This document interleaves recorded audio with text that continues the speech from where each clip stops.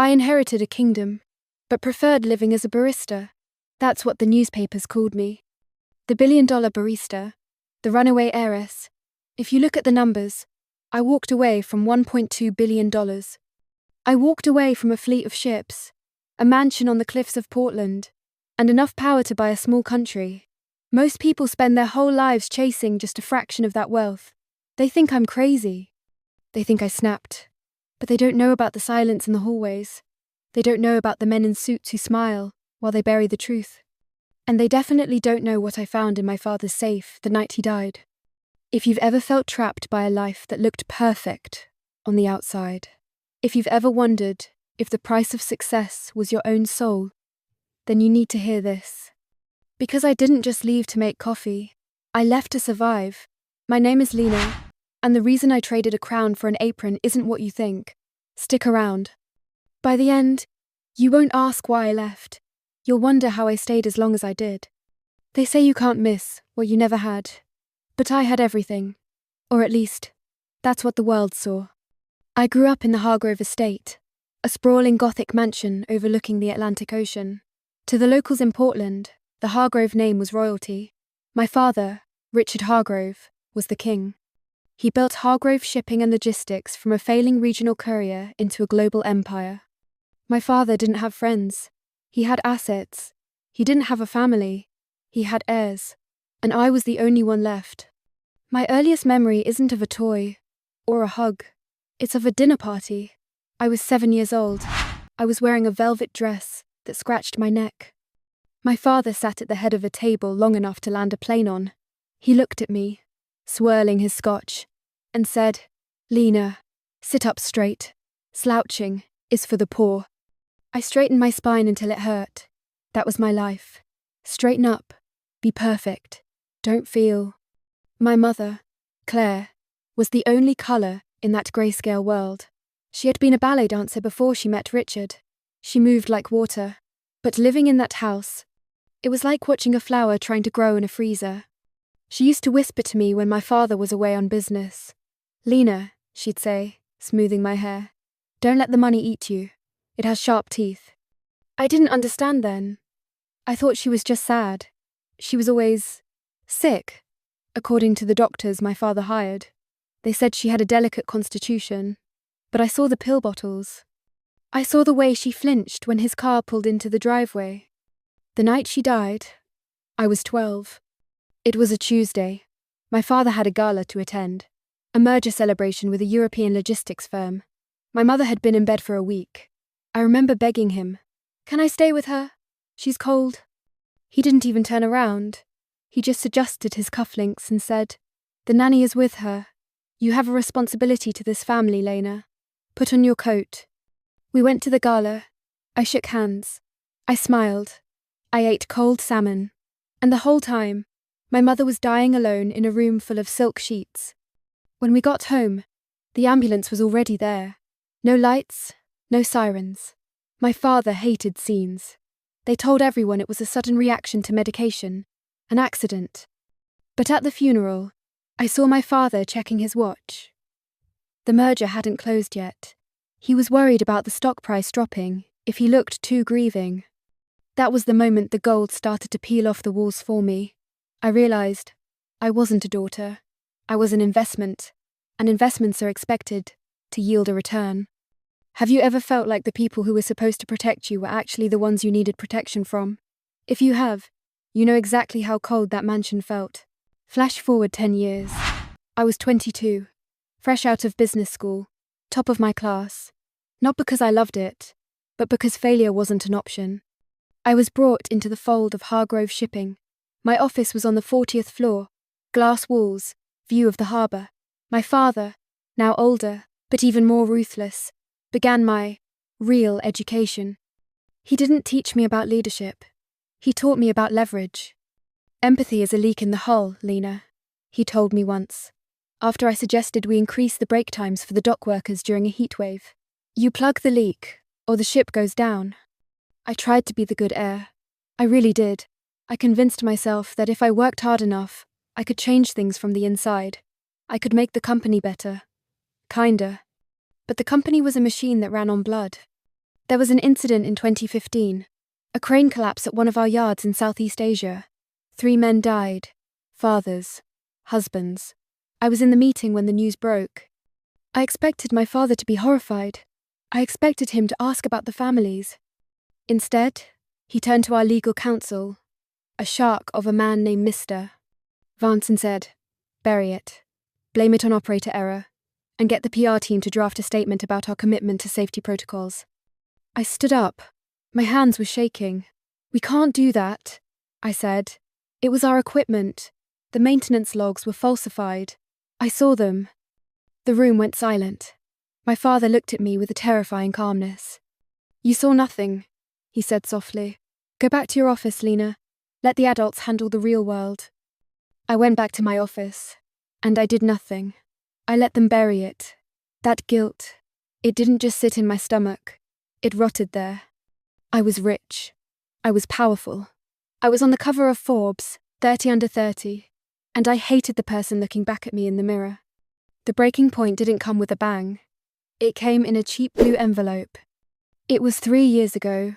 My father's health was failing years of stress, and whiskey finally catching up to his heart. I was practically running the day-to-day operations. My secretary usually filtered the mail, but she was out sick. This letter landed on my desk. It was from a girl named Meera Patel. She was 16. She lived in a tenement block near our main distribution hub. She wrote, "Dear Miss Hargrove, I know you're busy. I know you're important. But my dad, Sanjay, used to work on Dock 4. He lost his legs last year when the forklift brakes failed. The company said it was his fault.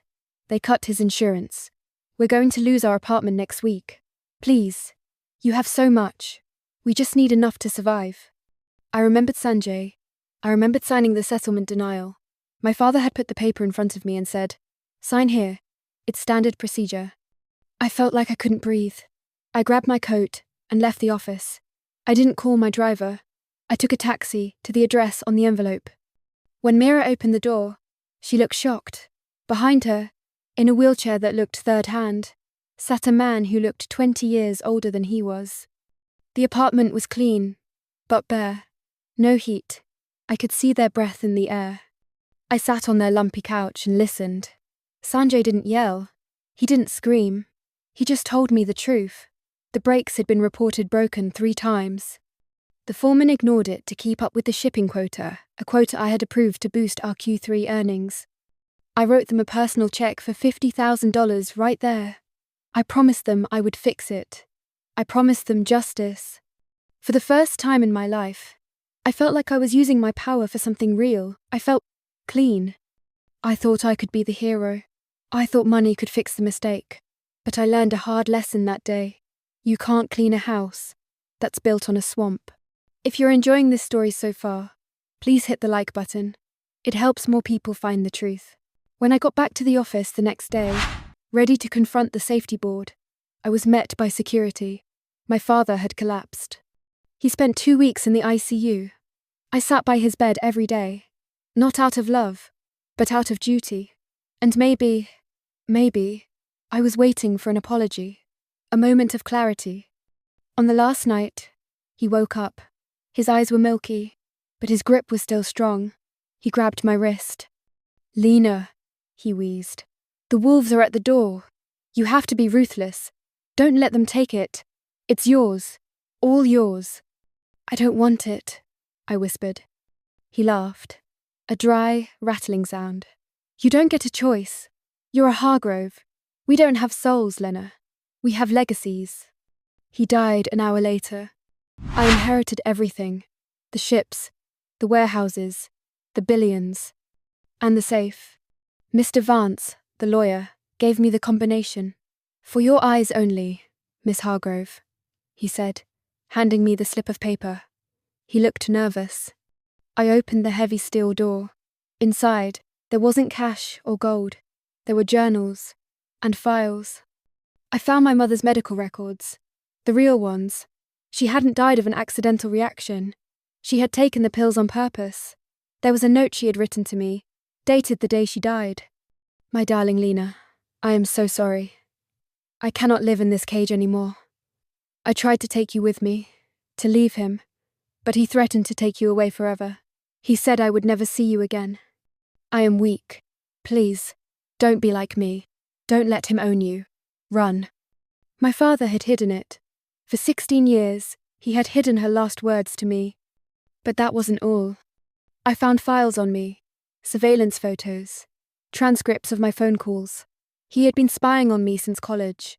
Every boyfriend I ever had, chased away by private investigators he hired. Every failure I had orchestrated by him to teach me lessons. And then, the file on the dock accident, the one with Sanjay. There was a memo signed by my father. Cost of repairing brakes, $200,000. Estimated cost of wrongful death settlements, $50,000. Do not repair. He had calculated the price of a human life, and he had made me part of the equation. I sat on the floor of that study, surrounded by the evidence of his evil. I looked at my hands. They were manicured, soft, adorned with a diamond ring, and I felt like they were covered in filth. I was the queen of a kingdom built on bones. I could have stayed. I could have fired everyone, tried to turn the ship around, but I remembered the will. There was a clause. If I stepped down, or if I was deemed unfit, control of the trust would revert to the board of directors, to men like Mr. Vance. They would keep doing exactly what my father did. If I kept the money, I was complicit. If I gave it up, the bad guys won. So I did the only thing that made sense. I burned it down. I spent 3 months preparing. I acted the part of the grieving daughter. I signed the papers they wanted me to sign. But in the background, I was liquidating. I set up a blind trust, not for me, but for the victims. I funneled millions into anonymous accounts for families like Mira's. I funded independent investigations into our own safety violations. And then, I leaked it all. I sent the journals, the memos, the cost-benefit analysis of human lives. I sent it all to the biggest newspapers in the country. On the morning the story broke, the stock plummeted. The board members were subpoenaed. The kingdom was under siege. And me? I was gone. I took a bus. Not a plane. A Greyhound bus. I carried one backpack. No phone. No credit cards. Just a few $1,000s in cash I had saved from my allowance over the years. I ended up in Boston. It was big enough to get lost in. I found a small apartment in a walk-up. The radiator clanked, and the view was of a brick wall. It was the most beautiful place I had ever seen. I needed a job. I had an MBA from a top university, but I couldn't use my name. So, Lena Hargrove became Lena Cole. I walked into the Steaming Mug, a little coffee shop on the corner. The manager, a guy named Julian, looked at my resume, which was basically blank, and then at me. "Can you work mornings?" he asked. "Like 4 a.m. mornings?" "I don't sleep much anyway," I said. He handed me an apron. It smelled like roasted beans and vanilla syrup. When I tied it around my waist, I felt lighter than I had in 28 years. The first month was hard. My feet hurt. I burned my fingers. Customers yelled at me because their oat milk latte wasn't hot enough. But you know what? When they yelled, it was just about coffee. It wasn't about dividends, or lawsuits, or hiding bodies. I learnt the names of the regulars. There was Mrs. Higgins, who came in for Earl Grey and told me about her grandkids. There was Julian, my boss, who played jazz music and taught me how to make a perfect rosette in the foam. For the first time in my life, when someone smiled at me, they weren't trying to get something from me. They were just grateful for the coffee. One rainy Tuesday, about 6 months after I left, a man walked in. He was wearing an expensive suit. He looked stressed. He was shouting into a Bluetooth earpiece about liquidating assets. My heart stopped. It was Mr. Vance, my father's lawyer. He didn't look at me. People like him, they don't look at the help. He just tapped his credit card on the machine and grabbed his cup. "Name?" I asked. My voice trembled. "Vance," he barked. "And make it fast." I made his drink. I watched him walk out the door, into the rain, back to a world of stress and lies and golden handcuffs. I looked down at my hands. They were chapped. There was coffee grounds under my fingernails. I didn't have $1 billion. I barely had rent for next month. But I was free. My mother wrote, "Don't let him own you." It took me 28 years, but I finally listened.